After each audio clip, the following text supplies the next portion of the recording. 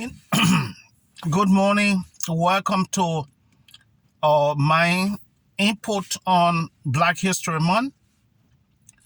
And I would just like to summarize everything that I have to say. And the topic today is fighting a new fight when it comes to Black history. Fighting a new fight. It all started when Dr. David Livingstone set sail and discovered a place called Africa with black people near the equator, tropical region of the world. And after that, I believe, was the birth of slave trade, because that happened long before the Industrial Revolution, where missionary wasn't developed to till the soil to do mass production for consumption in Europe and America and the Western world.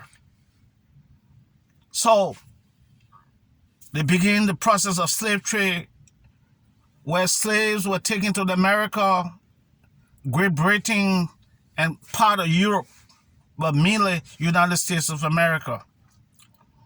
And these people that they were taken against their will and treated less than human being, less than any low-class animal.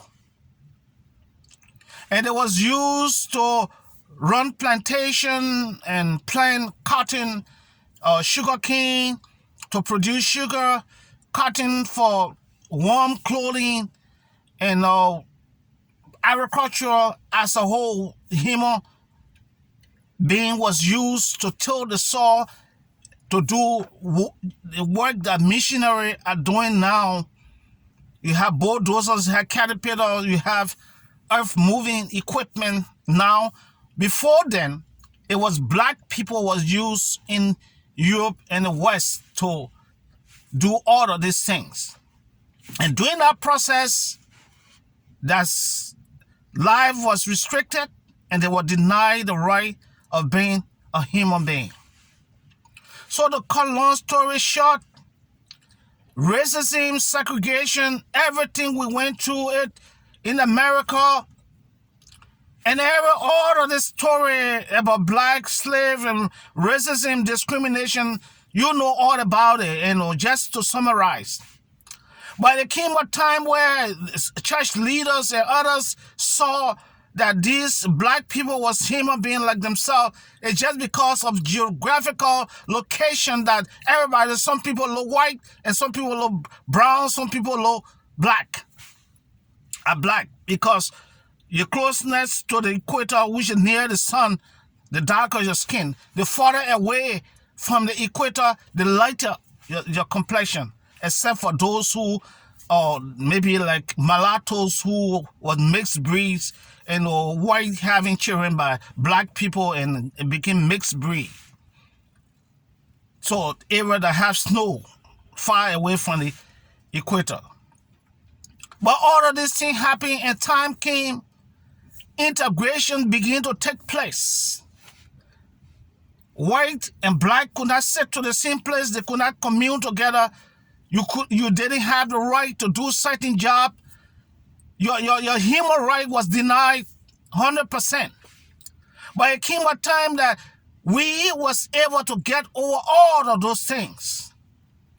I was springboard to the time where when the world didn't expect for a black man to become president of the United States of America, it happened through Barack Obama, a special person that God prepared for that mission. He did not come from the background of the usual civil rights guys. His father came from Africa and united with a white American and had him. So God created that, and as the part of the unity that had been created, people who was abused, and then now that they are now becoming president. So a lot of things changed. In Canada, you have black governor general, you have position that black men could not occupy. Black people are now occupying in Europe, in America, everywhere. It means that there are a lot to change. We can ride the same bus. We can sit in the same restaurant. We can do a lot of things. We can have marriages together. We can have children together now. But like 80%, that's a 60, 70 to 80%, which is good. So my point here today is to the black leaders of the world in America, Canada, and other parts of the world. They call them black caucus. In America, they call them black caucus. What should be our focus now? They were telling our forefathers fought for that freedom. They fought. They lost their freedom until Abraham Lincoln discovered the power of the black man, the power of black people.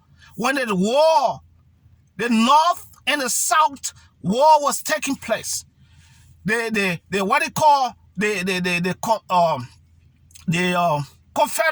Confederate states were winning the war. In the Southern states were winning the war against the Republican, which was the Union. And then Abraham Lincoln, as smart and brilliant he was, he began to interact and find out what happened. But then he had a close friendship relationship with Frederick Douglass. And they used to have tit and tat as two best friends. Then he decided to put a general together to find out why he said the Southern states were winning against the Union. And they got to realize that the Southern states were using the black people to fight, and they were putting them on the front line while the white combatant was in the background. The black soldiers were used as shield. So Abraham Lincoln, in the midst of resistance, decided that then let us see how we can begin to recruit black on the side of the Union to put them together. There was resistance. There was people who didn't agree to it. I just summarizing. By the end of the day, they did, and then they saw the result that the Union began to win, and there was a balance.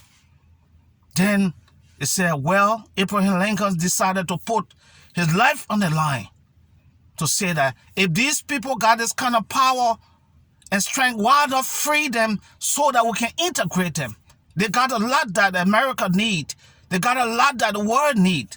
So this is how Abraham Lincoln signed the Declaration of the Abolition of Slave Trade, to abolish slave trade, in which he got executed. He was the first civil rights leader. His mind recognized civil rights leader. Then afterward, Martin Luther and other people came. So I just come to tell you today that things have changed. We cannot fight the same war that our forefathers fought. They started the process and we have won. We have gotten to the place now. Because of the social segregational disintegration of the black, suffering over so many decades, psychologically, we got affected. Our children didn't have opportunity, and they decided to find any means to survive. They got involved with gang group and what they call it, gang and criminal activities. All these things, our children got involved with it because they had to survive. But I come to tell you today is now time to fight a different kind of fight.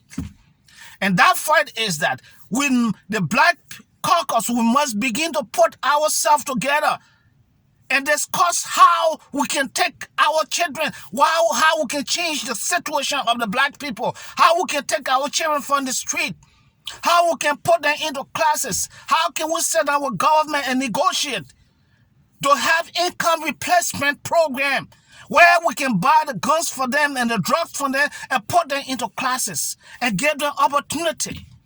That's what we need to start pushing now, because every parent deserves their children. Our children are out there. Since I came 17 years ago in Canada, Toronto had been a battlefront for black kids. And there are people who are comfortable to see us doing that. Some of us came who made a choice from whom our parents to raise us, that everywhere we go in the world, we should keep a value.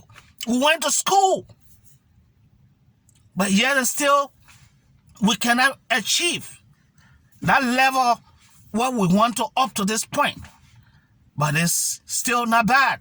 But we need to sit down and think about how we can improve it, because segregation cannot just go away like that. It goes from station to stations. It caused something what they call systemic racism.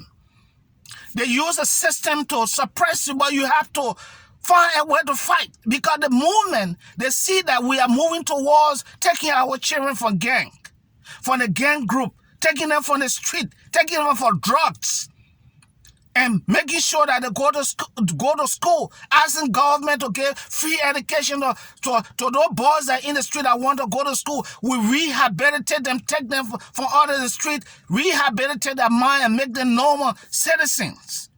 That's the kind of fight that we need to fight now. We need to fight for the souls of our children that are in the street. That's what I want, because the other side has happened that is happening. Because it's creating jobs for other people. So people are comfortable with that. The only way to break that is that we have to make sure that we start the process of taking the children from the street. So my message on this year's 2022 Black History Month is that that's the new fight I'm talking about. To rehabilitate so that parents will have access to their children. The other day in Toronto, a black child was shot in the presence of the children and traumatized all the students right in the present. How long can we continue with that? We have to find a way to see how we can bring our community together so that every black in the world can unite. People from the Caribbean seem kind of disconnected from those from Africa, because they feel that they are British or they're different from Africa, even though we carry the same pigmentation. We have to avoid all of that, because those other people, the white people, looking at us, they see the division. They see how divided we are, and they go right in between there.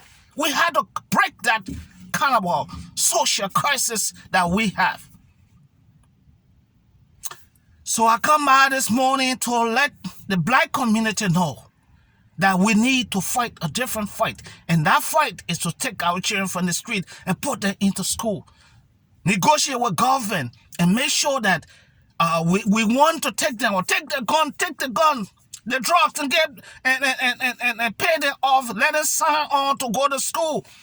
And that money, whatsoever money can be clean, and give them to them. They want to be businessmen, whatsoever they want to do, but they should be clean. You have to sign. That government send you to school, you got to sign that if you return, when they put you into the case, you remain there for life.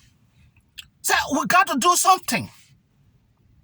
So happy, we have people that Lincoln, Alexander. We have black governor general. We have black president in America. Black people taking all kind of position now that they couldn't take before. We must utilize the opportunity that we have now. There's no time to fight.